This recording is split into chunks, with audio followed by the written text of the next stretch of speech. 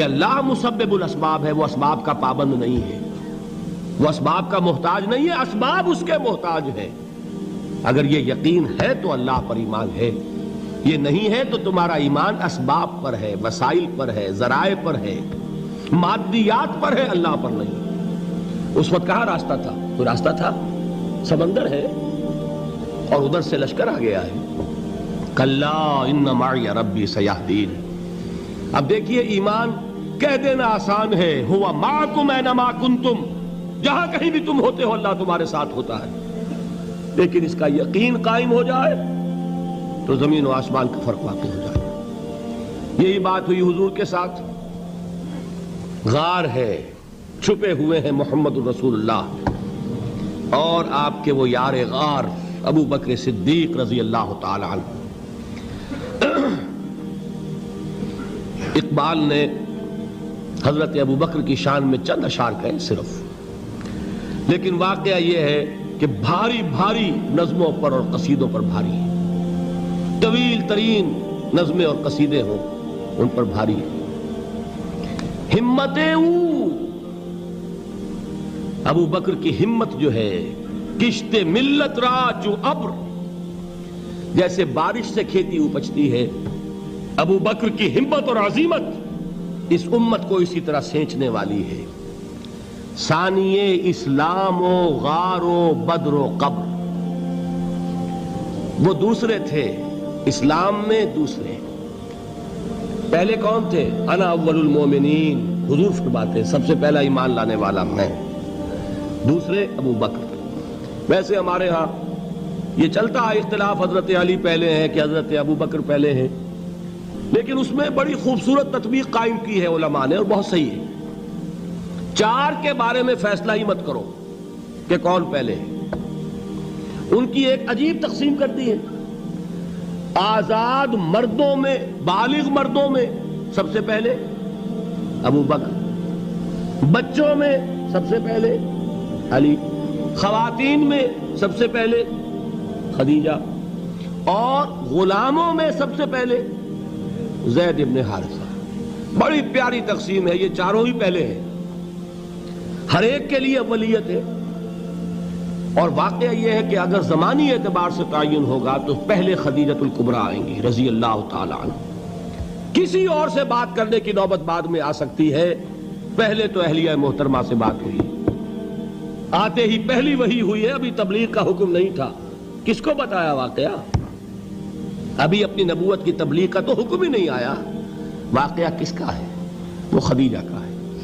جب کہا ہے کہ خشیت علی نفسی، مجھے اپنی جان کا اندیشہ ہے، تو کیا جواب دیا خدیجہ نے رضی اللہ تعالی عنہا؟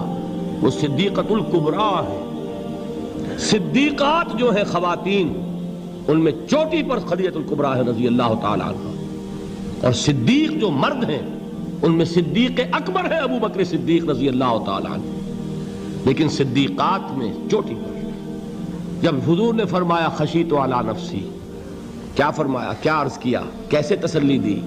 نہیں نہیں، اللہ آپ کو ضائع نہیں کرے گا، آپ غریبوں کے ہمدرد ہیں، آپ مساکین کے تکالیف رفع کرنے والے ہیں، آپ بیواؤں کی سرپرستی کرتے ہیں، آپ مسافروں کی خدمت کرتے ہیں، اللہ آپ کو ضائع نہیں کرے گا۔ یہ یقین ہے اس خاتون کے اندر۔ خیر وہ ایک علیحدہ بات ہو جائے گی۔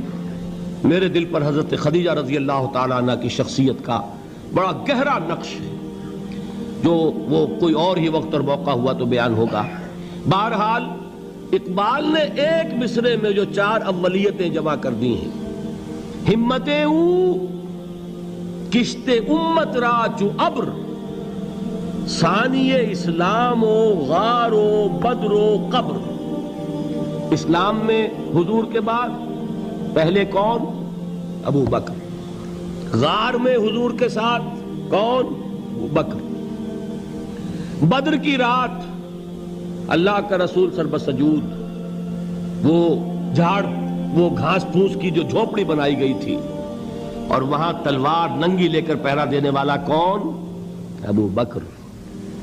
اور اس حجرہ عائشہ میں محمد کے بعد سب سے پہلے دفن ہونے والا کون؟ ابو بکر رضی اللہ تعالی عنہ صلی اللہ علیہ وسلم۔ وہ جو معاملہ میں سنا رہا تھا غار ثور کا، حضرت ابو بکر بھی حضور کے خیال سے لرز گئے ہیں. آپ کو یاد ہوگا کہ جا کر پہلے تمام جتنے سوراخ تھے انہیں بند کیا ہے. ایک سوراخ رہ گیا تھا جس کو بند کرنے کے لیے کوئی کپڑا نہیں تھا. وہاں اپنی ایڑی رکھی ہے. تب کہا ہے حضور سے تشریف لائیے, اور اپنے زانو پر حضور کو لٹایا ہے. اور وہاں کسی موذی جانور نے کاٹا ہے. حضور کی آنکھ لگ گئی تھی. اس وقت اس بل کے اندر جو بھی بچھو ہے کیا ہے واللہ عالم, اس نے کاٹا ہے. اس کی تکلیف کی وجہ سے ابو بکر کی آنکھوں سے آنسو ٹپک گئے. حضور کے چہرے مبارک پر پڑے ہیں تو حضور جاگے ہیں, معاملہ کیا ہے. ایڑی نہیں ہٹائی وہاں سے, مبادا وہ جانور وہاں سے نکل کر محمد الرسول اللہ کو کوئی گزن پہنچا دے. ابو بکر کی ایڑی ہے, جس طرح چاہے کھا لے, ختم کر دے, جان نکل جائے تب کوئی آنچ آئے محمد پر تو آئے, لیکن جیتے جی نہیں. وہ ہے ابو بکر. حضور کے خیال سے اس وقت حضور نے پھر اپنا لعاب دہن لگایا ہے, اور اس سے پھر آپ کی تکلیف ختم ہوئی. جیسے خیبر میں حضرت علی کی آنکھ دکھ رہی تھی, اس کو جو شفا حاصل ہوئی ہے وہ بھی حضور کے لعاب دہن سے ہوئی. تو بہرحال اس وقت انہوں نے کہا ہے کہ اے نبی یا رسول اللہ, اگر اس وقت ان میں سے کسی نے غیر ارادی طور پر بھی اپنے قدموں کی طرف جھانک لیا تو پکڑے جائیں گے.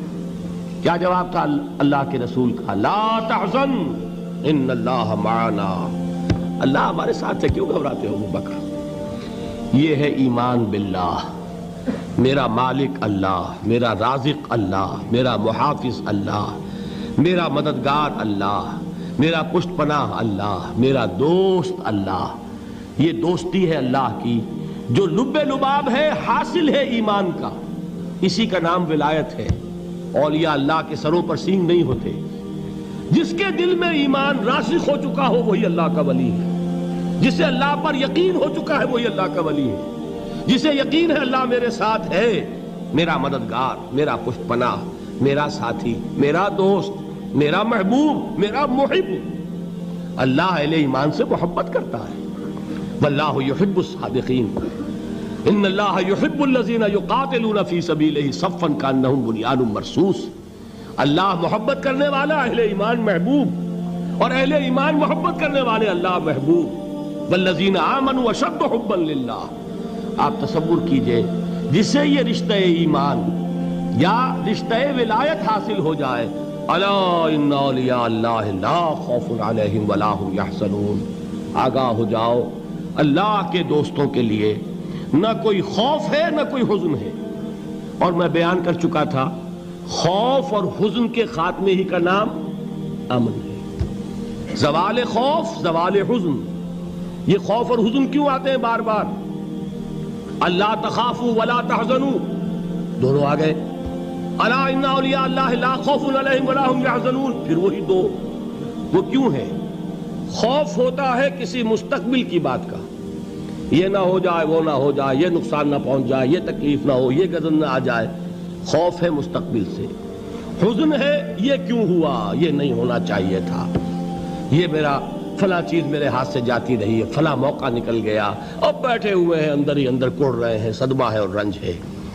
اور جو اللہ پر ایمان رکھتا ہے وہ جانتا ہے ما اصاب من مصیبت فی الارض ولا فی انفسکم الا فی کتاب من قبل ان نبرأها ان ذلک علی اللہ یسیر لکی لا تعصوا علی ما فاتکم ولا تفرحوا بما آتاکم واللہ لا يحب كل مختال فخور. اس زمین میں یا تمہاری جانوں میں کوئی تکلیف, کوئی مصیبت نہیں آ سکتی سوائے اس کے کہ جو اللہ نے لکھ دی ہو, اس سے پہلے کہ وہ ظاہر ہو. جس کو یہ حقیقت معلوم ہو گئی اس کو یہ طرز عمل اختیار کرنا چاہیے. جو چیز چھن جائے, جاتی رہے, چھوٹ جائے, اس پر افسوس نہ کرو. کس نے چھینی؟ دوست نے. دوست کے فیصلے پر شکایت. دوستی کو بٹا لگا رہے ہو, سرے تسلیم خم ہے جو مزاج یار میں آئے. اگر دوستی ہے تو پھر تو تمہیں گردن جھکانی چاہیے کہ ہر چہ ساقی ماریخت عین الطافست, جو بھی میرا ساقی میرے پیالے میں ڈال دے اس کا کرم ہے. جو اس کی طرف سے آئے اس پر کوئی رنج نہیں, کوئی صدمہ نہیں, کوئی غم نہیں, کوئی شکایت نہیں, کوئی شکوہ نہیں.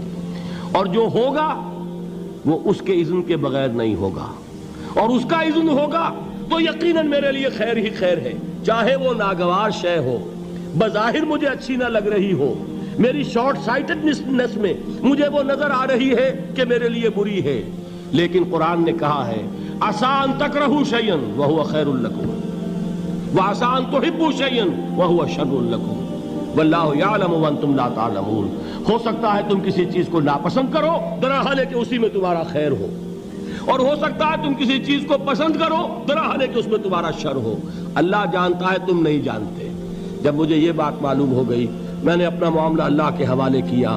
سپردم بے تو مایا خیش را تو دانی حساب کم و بیش را، اے رب جو تو چاہتا ہے وہ ہو، تیرے علم میں جو شے میرے لیے خیر ہے وہ ہو جائے، میری کوئی پسند نہیں، میری کوئی چاہت نہیں، یہ ہے راضی برضائے رب۔ اکبر الہٰبادی نے اسے کہا ہے رضائے حق پہ راضی رہ، یہ حرف آرزو کیسا، خدا خالق، خدا مالک، خدا کا حکم تو کیسا۔ جب میں آ گیا بیچ میں، میری پسند، میری مرضی، میری خواہش، میری چاہت، یہی تو شرک ہے۔ ما شاء اللہ کان وما لم یشاء لم یکن، جو اللہ نے چاہا وہ ہوا، جو اس نے نہیں چاہا نہیں ہوا، اختیار اس کا ہے، میرا تو نہیں۔ رضائے حق پہ راضی رہ، یہ حرف آرزو کیسا، خدا خالق، خدا مالک، خدا کا حکم تو کیسا۔ اقبال نے اسے کہا ہے فارسی میں، اب آپ کہیں اس کا ترجمہ بھی کرو تو وہ مجھے ذرا اس وقت کچھ بہت ہی بدذوقی کسی بات نظر آئے گی۔ جائیے پوچھئے کسی سے جسے فارسی آتی ہو، برو کشید ز پیچا کے ہست و بود مرا، چے اقدہا کے مقام رضا کشود مرا۔ مجھے تو تمام پیچ و خم سے نکال دیا اس مقام رضا نے، میں راضی برضائے رب ہوں، جو فیصلہ اس کا میں اس پر راضی۔ تو کہاں کا حزن اور کس کا خوف، یہی زوال حزن اور زوال خوف، یہی ہے امن، یہ نتیجہ ہے ایمان کا۔ تو جان لیجئے یہ ہے لب لباب، یہ ہے حاصل ایمان کا، یہ ہے تو ایمان ہے، یہ نہیں ہے تو ایمان نہیں۔